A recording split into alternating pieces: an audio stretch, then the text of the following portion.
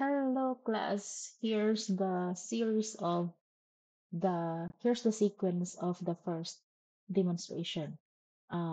So far what we've finished is setting up the header with the navigation links and then with hover effects on these links. All right. But there's a something we need to check.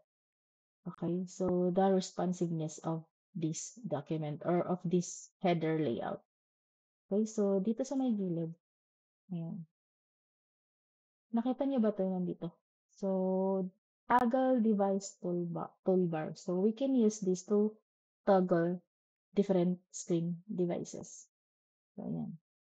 So, as you can see here, mapapansin ninyo, merong messy layout din sa header. Okay? Nagkaroon ng overlapping ang mga navigation links. Kaya yung header is parang dito, ayan. Tapos nagkakaroon ng overlap. Alright? So now, what we are trying to do here is to create, ito yung papakita ko sa inyo na gawin natin. Ayan. So yung mga ano na to, navigation links, gagawin natin silang drop-down menu. Okay? So yung drop-down menu na yan, lalabas lang yan kapag yung device natin is mababa sa tawag nito 757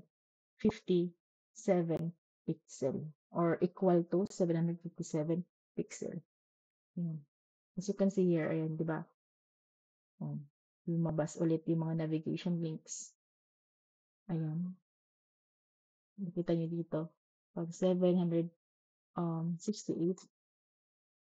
above, ayan. Pag lumilitaw yung ng mga navigation links. Pero kapag below 768, ayan. Ang lumabas is si drop down button. Tapos pag ato siyang lalabas ang mga drop down menu. Alright? So, let's begin. Balikan natin to. Okay? Ayan. Let's go back to our HTML file. Close na natin to. Alright, so i-add natin yung drop-down menu here. First thing to do is we need to create a division or division tag, and then we will name it, or we will add a class and yung pangalan natin ng drop-down. Ang ginawa class, para instead of writing ganito, ganyan, tapos lalagyan nyo ng ganito, di ba? So, medyo matagal siya. So, merong short na, mas madali. Write kayo ng tag, tapos followed by the dot, meaning to say that we are creating a class for that tag. Okay, so, ipapangalan natin ng grass down. And then, enter. Alright? So, ayan. It automatically creates an attribute class. Okay? So, now, meron na tayong division because bakit kailangan natin mag-add ng division para sa mga drop down? Kasi we want to wrap it, no? Kailangan natin ng container nun, okay? Para siya yung nagko-contain dun sa button menu at saka sa mga drop-down content. Okay? So, meron na tayong division dito and then we want to add the button. So, button and then yung button na yan, lalagyan natin siya ng class. Again, button dot. Ayan, enter. Alright, so ang dali-dali lang. Okay, so pagkatapos yun is lalagyan natin siya ng icon. So, unang-una class, tuturuan ko kayo kung paano mag-embed ng, kung paano mag-link ng icons dito, no? Na galing sa online. Alright? So, we will utilize material icons for this document. Okay, so punta lang kayo dito sa Google Chrome, i-search nyo lang yung material icons. And then, click nyo lang yung pinakaunang dito, link na to. Then after that, click nyo lang kahit saan dyan na icon. Ayan, sa akin si menu. And then dito sa may gilid, dito makikita nyo, variable icon font. Add the variable font style sheet request to your head tag and the current variable access configuration to icons using CSS. So, kukopihin natin to para ma-embed natin or para magamit natin yung lahat ng mga icons na available dito sa online, no? Ni Google Fonts. Also, dito lang, copy, and then we want to place this inside the head tag. So, below this sa title, here, ato siyang i-paste, no? Control V. Okay, so, andyan na siya. And then, after that, we are ready now to use the icons. So, paano ba siya? Now, dito, i-click nato na siya, no? Diba? I-click nato na siya ang icon na atong i-select, and then dito po, sa baba, sa may bandang baba, ayan, meron dito nakalagay na inserting the icon dun sa ating document. So, copy this code, copy, and then, yung button natin class is nag-a-accept siya ng mga icons na pwedeng ilagay sa kanya. So, saan ba siya ilagay? Siyempre, ilagay natin siya as the content of the button. So, meaning to say, between sa opening tag and the closing tag. So, dito. Diyan natin siya i-paste. Okay, so, plaster lang natin sila para maging one line. Ayan. So, ayan. Okay. So, kaniya siya class, ayaw na siya i-erase kasi yan yung pangalan nung icon na i-include mo dito sa loob ng button na to. Okay, so tingnan natin kung ano yung result. Ayan. So, nandito siya. Kung nakita nyo, napansin nyo dito. So, ayan. Nandito si menu icon. Alright? So, nasa labas siya. So, dapat nasa header siya. Hindi siya dapat sa labas. So, nandito lang yung header natin. So, ano lang natin yan, ilagay lang natin siya sa taas. Okay? So, nakalagay na siya sa loob ng header and then run again. And then, ayan. Nandito na siya. Okay? And then, after that class, meron na tayong button para matoggle nato siya to show the drop-down menu. Then it's time for us to add the content of the drop-down. Okay? So, dito sa baba ng button, sa loob pa rin ng drop-down na division, is we will add another division to contain the drop-down content. Okay, so let's name it drop-down content. Okay, so ganyan na lang. At tapos dyan is, syempre yung mga drop-down content na yun ay yung mga A tags pa din, no? Na galing dito. Okay, so kopyahan na natin to and then we will place it inside of this section. Alright, so meron na tayong mga A tags dyan. Ngayon, atong i-run, atong i-check ang effect. So, ingani yung effect ninyo, ganyan. Okay? So, okay lang yan kasi we want to style this drop-down menu para magiging katulad siya na itong dito. Okay? No? So, ganyan. Alright? So, balik tayo.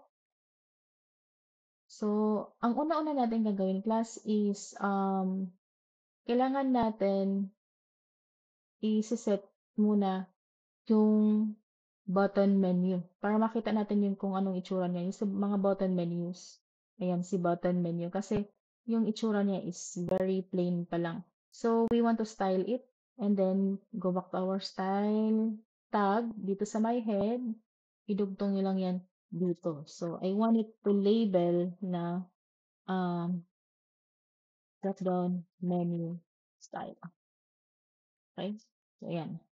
Then, after that, tatawagin natin si button menu na ito yung sinasabi class na gagamit tayo ngayon ng class selector. Okay?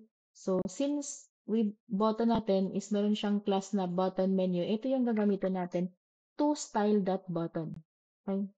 So, because we don't want to effect or we don't want to um tawag ani change all the buttons no with the style na katulad dito sa button menu. Dili natin sila dapat kaniya siya nga style specifically for the button menu lang. Yung para lang siya dito. Okay? So, dito sa button menu, ayan. And then, unang-una, nilagyan ko siya ng color na ganun pa din sa naka-theme na color na gusto ko. Ayan. Sa inyo, ewan ko kung anong color ang gagamitin ninyo. And then, ayan na.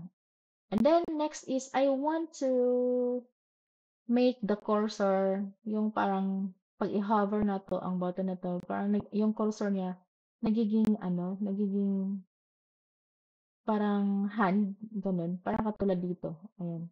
Okay. So, i-add lang natin ang cursor property and then make it the value pointer. Okay, so, ayan. Ayan. Alright, now next is we want to remove the parang border na nasa gilid. Okay, so, medyo ano kasi siya pangit. Okay, so, border into none. Tingnan natin. Ayan, wala na yung border. Alright? So we want to change the background as well, the background of the button. We will want it to kana bitang ipares na to og color sa katuang sa header para magmukha siyang transparent. Kasi dito pa lang, if makikita niyo, medyo grayish yung background niya. So gusto natin na magiging white para nagmukhang walang ano, no, yung background. Background. Okay? So, ayan. Alright? So, yan yung gusto nating gawin or i-implement. Now, tapos yan is, gusto natin, gusto nating lakihan yung size niya ng icon. So, change the font size into 18 pixel. Okay? And then, after that, gusto natin is, yung align, text align, align natin siya into right kasi gusto nato class na dinhi siya mag-start sa kilid magtawag ani dinhi siya mag-start og align sa kilid. Okay? So, ayan. And hindi nato nakita ang kuan pero basta naana siya di ako ang iyahang CSS. Okay, and next is what we want to do here now is to um yung content naman. Ayan. Diba? So, ang mga nag-hold ng mga sa drop-down content. Okay? So, lagyan natin ng CSS yung mga tawag ani, mga A tags ni drop-down content. Still, gamitin tayo ng class, tapos tawagin natin yung A. So, mean to say, si A tag na nasa loob ng drop-down content is ito yung magiging style niya. Yung color niya is, ayan, no, ayan. Okay? And then we want to remove the underline. Okay? So, the same text decoration to none. Yan, nawala na. Alright? So, pagkatapos yan is, i-adjust natin yung padding. Padding sa bawat navigation links dito. So, lagyan natin sila ng padding. Let's say, gawa ng padding na um, 12px tapos 16. Ayan, magkalayo na sila. Alright? And then, now, it's time for us, dahil naka-inline yan siya. Gusto nato na ang dili siya inline. Parang dito yung components, dito yung project, dito yung profile, dito yung sign up, dito yung sign in. So parang naka in one column lang sila. Hindi sila naka in one row. Naka one column. Okay? So dito natin i-add yung display block. Meaning, yung mga A tags na yon is ano sila. Alright? So, ganyan. No? So, alright. Now, gusto natin lagyan ng hover yung mga aids. Okay, kung i-hover na to ang button tingin na ay mga background color. Okay, so dito sa baba, copy lang din natin ang drop down content, A, and then hover. Uh, then background color into white. Or dili, medyo dili kayo siya white. Okay. And then, ano pa, and iset pod nato ang drop down hover. I-appeal nato ang container class. Okay. And then, drop down content. Tapos, i-display block nato siya.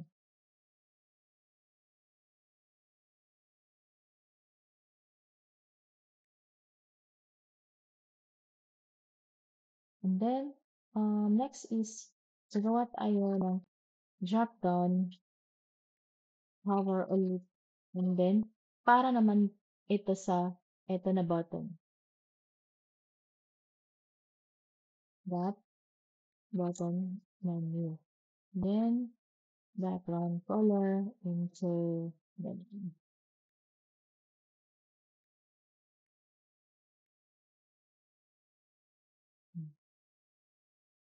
Karon kay gi-change man to ang background color na kailangan natin ang color sa text gawin nating white para makita naman. Di ba? Ayan. Okay. So, next is kailangan natin settings yung drop down content before sa setting the drop down content A tags. Okay? So, doon sa may taas, ayan, dito natin simulan para sa drop down content.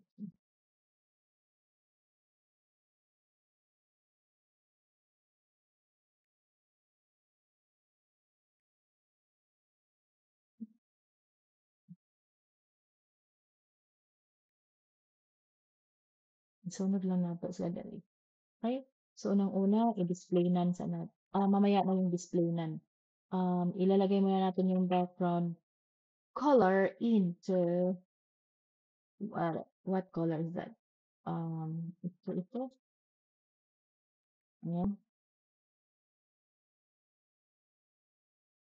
Tapos yan is lagyan na ng minimum width of course.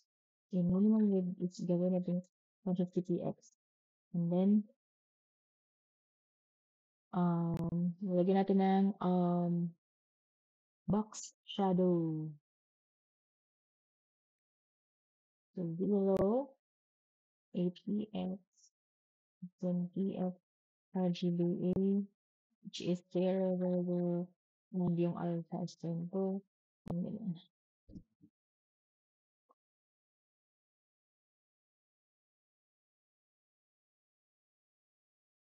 Ayan, nakita ninyo ni class na medyo naanay shadow ang drop down content.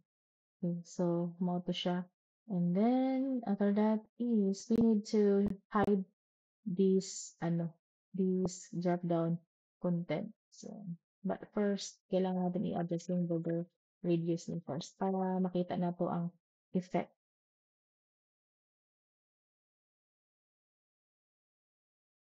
Ayan, medyo rounded ang corner sa drop-down. Okay, pagkatapos niyan, we will make sure that this drop-down menu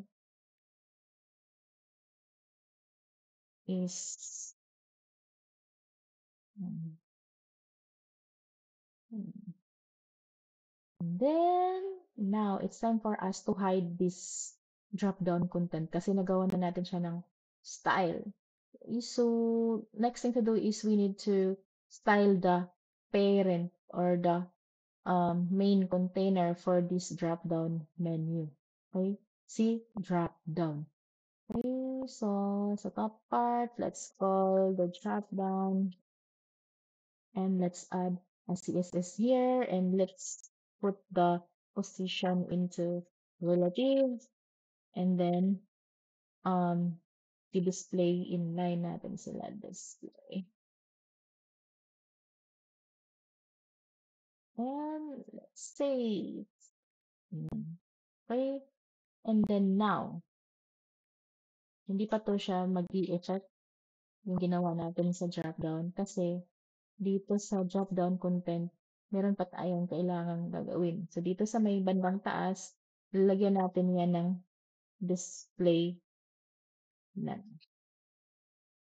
And then, pagkatapos dyan is lalagyan natin ng position absolute. And then, we will make it right 0. And reload. Ayun. You can see here, class, nandyan na siya.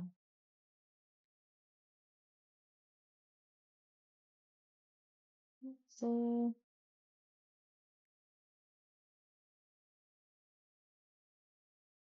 alright, font, button menu. So let's remove if there's a margin there, let's make it 0 or padding. Medyo ano yung ano mo. So, ayan.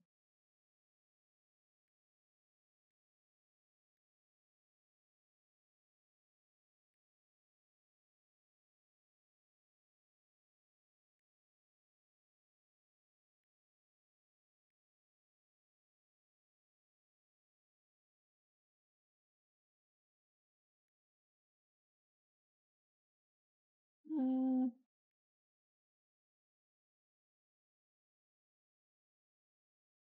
minimum width 150 pixels. Alright, so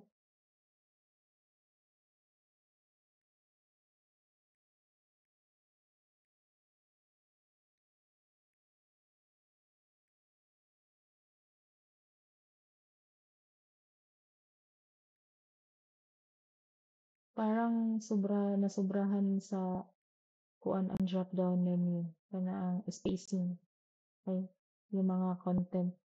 So maybe we will ang top gagawin nating 5 yes.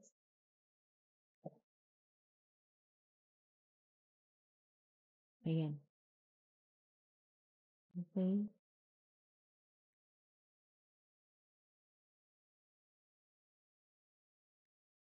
So now check our code. Dinhi sa may taas. Yung drop down natin, yung pinaka main parent, ginawa natin ng position relative and then display inline block. This is related to this drop down content class kasi ginawa natin silang absolute. Alright? Kasi we want to hide those drop down content. Okay?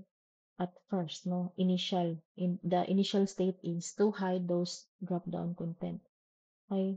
Mutunga lang sila kapag i-hover nato ang kaniang tawag ani ang drop down content. Okay? So, check na tayong code, drop down content, drop down hover, and then dito sa drop down hover is ayan si button, lagyan natin ng background color which is diba and ayan color ng padding text equation to none display block content is minimum width into 150 block shadow border radius to make the corner rounded and then z index display so and the button menu and finally the drop down Alright, so murag ko ra kayo ang text sa kani ang ano, i-a-adjust nato. I-adjust nato ang text sa mga A dinhi. So, font size into 14 px. Ayan, nigagmay na siya. Okay? So, gusto nato text transform sa nato sila, no? Text transform into uppercase.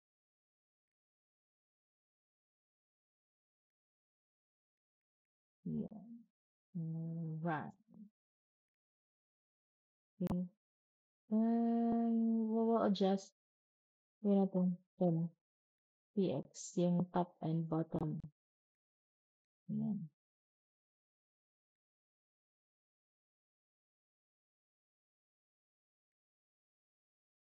And when we hover F1 drop down content, change na to sa ganito. Ayan. Gusto nato, ayan, di ba? So, gusto nato na makita. Okay, so, kopya nato ni siya. Ayan. Oops. Okay. So, since na yung pag-hover nato, change natin yung background color, we need to change the color of the text as well. So, we will make it white kasi hindi na nakikita yung ano, yung mga content. Ayan. Murag inga nilang gyapon. Mm.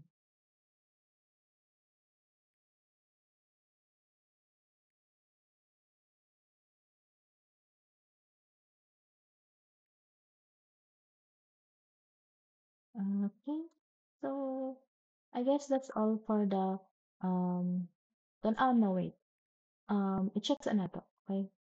Nunay ko lang ani class because gusto nato ni ipatunga kung wala ni sila ani.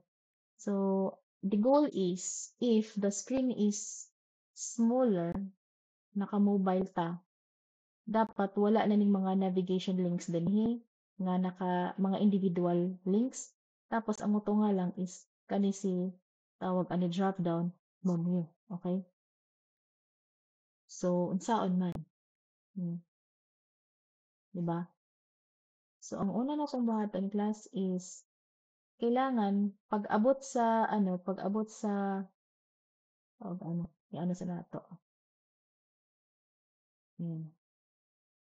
If yung size ganito dito sa responsiveness, i-check nato. If yung size is 767, yan. Dapat wala na ning kani ang mga tawag ani, mga navigation links. So, matuta dito sa may taas, palit ta dinhi, sinab ang atong ayan, kani After ani kay nab, we will add a style rule using media query. So, if ang screen or ang max width is if ang max width is 768 px, yung nav natin gawin nating display. Yan. Ay mali, nakalimutan kong ilagay yung ano, yung selector. Yan. Yung nav natin na tag or nav section, i-hide natin. Oh, yan, nawala na. Diba? Pero pag above 767, yan, bumabalik. Karon, kay naa man ni sila, dapat kani apod mawala pud unta ni siya kung naa ni sila, diba? So the default here is ayan, kita pa din siya. Dapat mutungaran ni siya kapag gamay ang screen sa device. Okay, so adto ta didto kay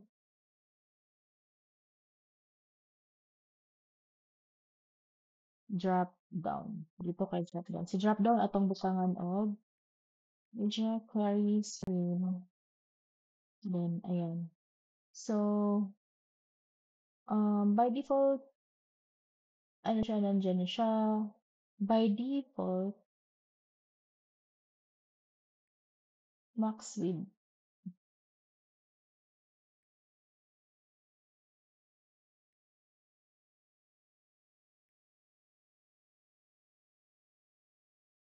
Hmm, minimum width na lang. Minimum width.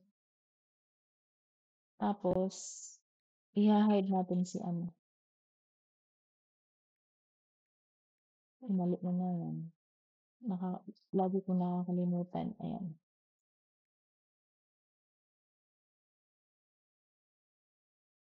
Ayan. No. Sa drop down, kapag ka yung screen is sa device is above 768, iyahang i-hide si dili si nav si drop down. Si drop down naman ang iyahang yan. Nawala na si drop down menu. Okay? So, inspect, and then adjust the screen size into small. Ayan. Ito nga. Okay? And then, yan. Oops. Uy, nawala. Diri. Okay? Pero pag dinhi siya sa kilid, dinhi siya mutunga. Diba? Pero pag diri, ayan. Diba? Now, meron na naman tayong i-add na media query nito. Okay? So, dito sa ang i-adjust natin is yung content. Si drop down, content. Okay? Dinhi ta sa August. Media query ta diri.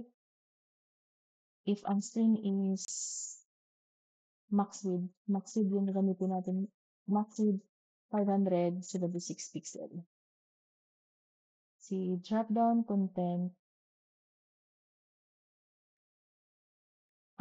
ili-left natin siya to 0.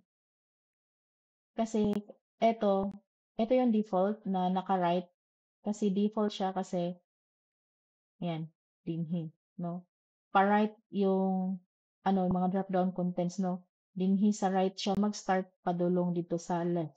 Karon kapag ka mo gamay ang device, ayan, dibalhin naman siya sa ubos, dapat, ang kani mga drop-down menu pod, dapat gikan siya sa left, padulong sa right. So, we want to make it left 0. Mhm. Ayan. Okay? So I guess that's all for this navigation links and the responsiveness of our, and if you want to adjust the size of the um, title, you can also adjust, no? If ang screen is smaller, pwede nato ni gamayan ang title page dere sa taas, no? Gamit lang taog media query. Okay? So, as inyo class, tingnan nyo, diba? Yung header nato is meron ng responsive, diba?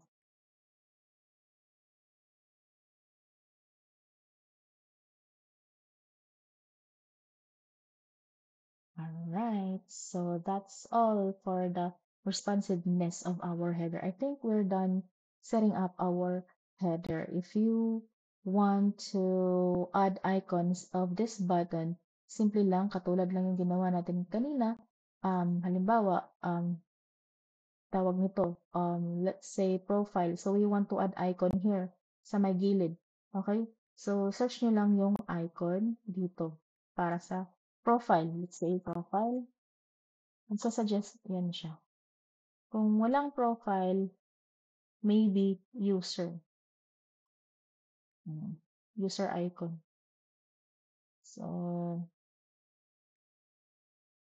tag user icon here na material icon.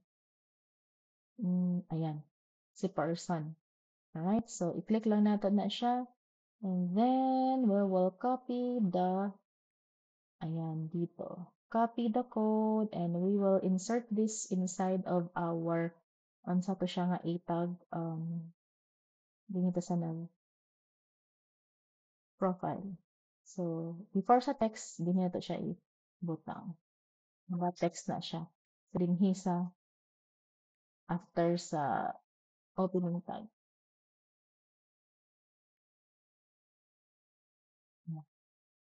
Alright, so reload the page and see person.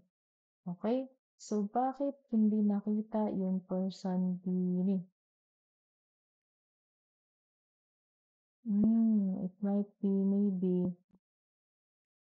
Okay. So, check na to, class. Ano manggod siya outlined style? Wait lang. Ibalik na ba sa kanina sa user menu? Ayan, si menu. And then, your outline. Kasi si menu nag-work. Bakit si person hindi? Check natin ha if it's still working. Ayan, si menu. Nag-work. Maybe yung ano na yun, yung icon na yun is not free. Let's find another. Maybe there's something else. Person.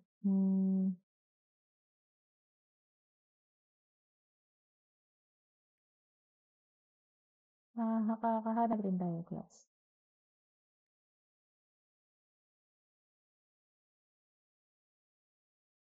Bakit hindi to free? Scan material icon.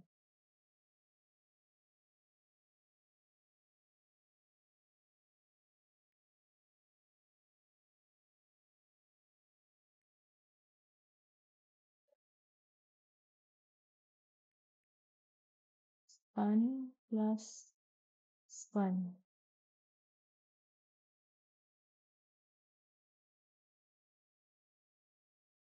Hmm, palitan natin po ng person. We will see if ano lang natin class, i-debug lang natin yung design natin. Oh, okay. So the icon itself is not working. Ayaw niya mag-work. Maybe this is not proof. Okay. So yun lang. No. May mga icons na hindi siya maaaring gamitin kasi hindi free. So tingnan natin tong isa. Person 2. Right? So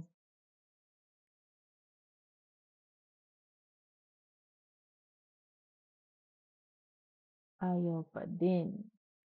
Hmm.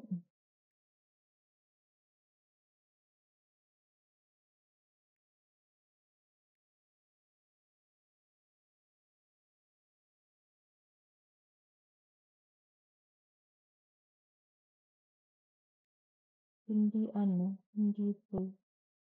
Tingnan natin baka iba yung style sheet niya.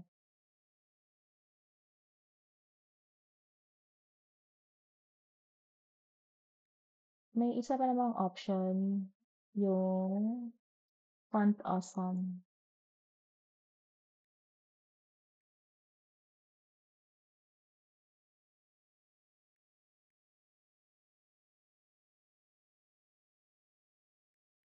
Hmm, di talaga pwede class. Ayaw niyang tanggapin. Let's say this person add na lang. Tingnan natin.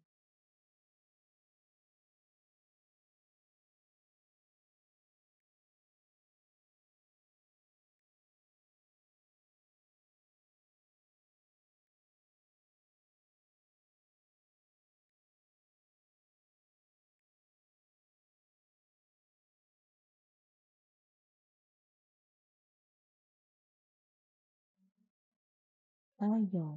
Ayaw talaga. Bakit ganun?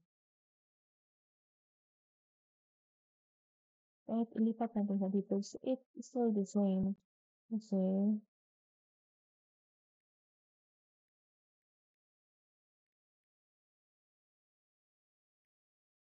ayan.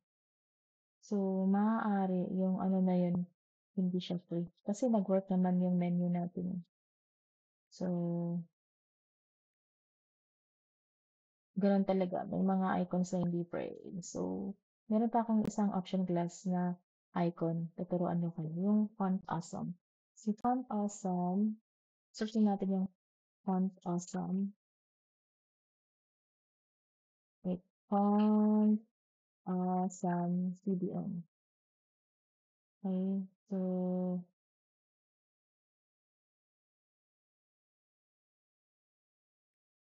tingnan natin sa ano yung CDN na class. Using CSS traffic path. Pwede naman siyang i-embed yung whole file, but for now, we will use the online lang sa ano, yung link mismo. So, I think here, hindi natin makita. We will find the font awesome here. Version 4.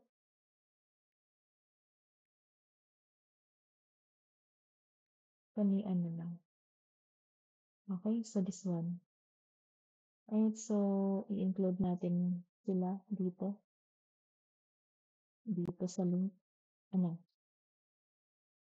Ayan. And then, ayan. Alright. Now, ngayon, balik tayo doon. Hanapin natin yung font awesome. Ayan. Then, i-search natin yung icons. And then, dinhi sa may search bar, search na to ang user icon.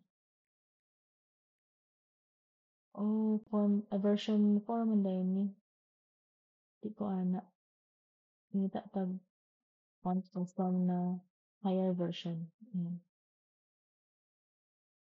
Dinhi sa icons and search the user.